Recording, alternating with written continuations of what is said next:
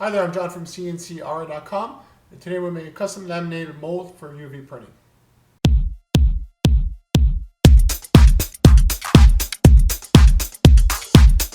My company has some very specialized UV printing businesses that handle large items, heavy items, awkward items, and therefore they need special jigs. The general templates just don't work because they're too light, they scratch the material that they want to UV print, and a whole bunch of other reasons. So for that reason, they all go completely custom, and that's what we fabricate for them. In this case here, it's a whole series of automotive parts, and what they do is, because of the awkward shape of it, it actually fits inside of these holes here.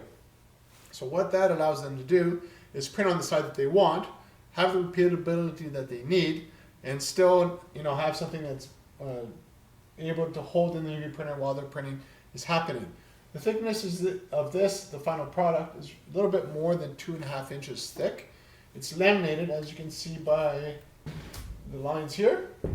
So it's 5/8 MDF, and you can see 1, 2, 3, 4, 5, 6 sheets. So it's basically an entire 4x8 sheet of 5/8 MDF, and that's basically what it becomes after we're done fabricating it. The reason why you have the lines is the glue and the surface of the MDF. The very, very top surface of MDF has like a hard coating, a little bit hard, I guess, for MDF. And that is from when they actually fabricate it. Because when they do it in large presses like this, there's heat and pressure, and that creates a little bit of a harder surface on it. So that's what you see here between the lines. When it comes to making laminated of any kind of wood, including MDF, I generally use a lot more glue than I really need to. And the reason for that is because I want to avoid having any voids inside of it. But the drawback from adding so much glue is that it takes longer to dry. And the edges might be all dry, but what happens is the very center of it takes very long to dry, regardless of the wood species. So for this particular project here, I think I let it sit for about a week, and then everything was totally dead dry, perfect. Now when I'm applying the glue everywhere between the different layers, I'm basically making a cake, and I got to make sure everything is fully spread out properly. Now this causes some warping in the material, and there's no way around that. Basically you're putting something liquid between material, in this case here, MDF, that doesn't like anything that's wet. So there is a bit of expansion contraction, and it does end up a little bit lopsided, but again, it doesn't matter because I just want a solid block, and from that solid block I'm going to make something that's straight, parallel, and flat, and from there I'll be making the jig that the customer will be using. So it doesn't really matter if things are a little bit off here and there. The router will take care of everything to make everything absolutely dead on perfect for me. Now you also notice that there's glue, and other videos have shown paint and all that stuff going on my router table, and it doesn't really matter because I always clean off, I skim off 1/1000th of an inch off of the entire surface of it, and that removes all the glue. So it has no effect on what the router's precision is, because everything's dead flat whenever I do router work ahead of time. And the reason why I do that is because I have a huge 5x10 table, which is the router table, and that's perfect for glue ups and a whole bunch of other processes. So generally when it comes to larger projects, we definitely make prototypes here before we do the actual thing. Here you actually see the piece here that I laminated. The prototype takes a good section of it, but you're better off screwing up on something small like this than screwing up something big like this that costs a lot more money. So you can see here, this is a scaled down version of what you'll see next. And the way this works for this product is there's an extension on the product, and that's why you have the holes here. So basically they drop it into place, and when they drop it into place, they line up this hole, and everything's dead on for their application. Now what you see here is roughly 2.5 inches thick, and these things are roughly 1/2 inch into the material. The holes of course go all the way through, and what you see here are the screw holes to screw it down to the UV table bed. And inside of that you can see, maybe if I get the light right, basically as you saw in the video, there's 2 bits. So the first bit goes down roughly 1 inch, the other bit goes all the way through. So as a result, I'm shipping this to the customer now. So when they review this, they double check with their digital calipers everything, and everything works out on this. That means everything will work out perfectly on the larger version.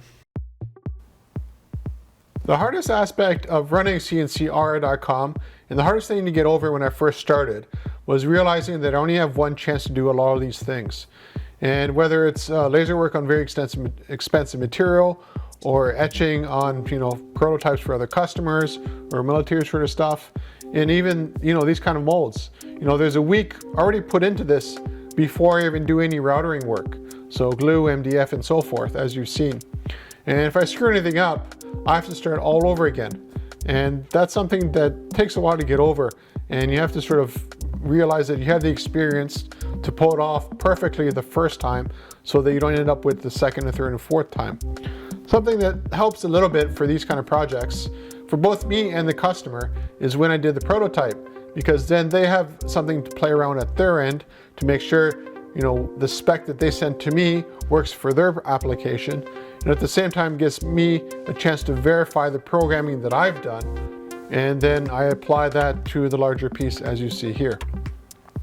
Now there's quite a bit of work involved with this, and the nice thing about having a tool changer with 19 tools is I have pretty much unlimited options when it comes to manufacturing these kind of things, and it's really enjoyable.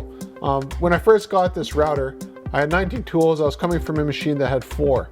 And before that, I was coming from a machine that had no tools. So basically I had to manually change all the tools. So having an automatic tool changer really opened up my eyes to what's possible with 4 tools.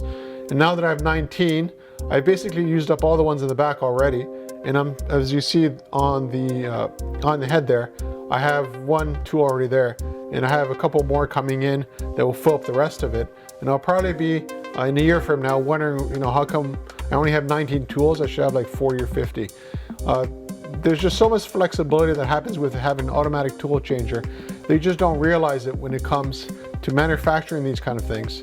And you only really appreciate it when you're doing the programming and you realize, hey, I could do this, this, and this, and it gets a better result than trying to do everything with 1 or 2 or 3 tools. And that's what I've done for this project here.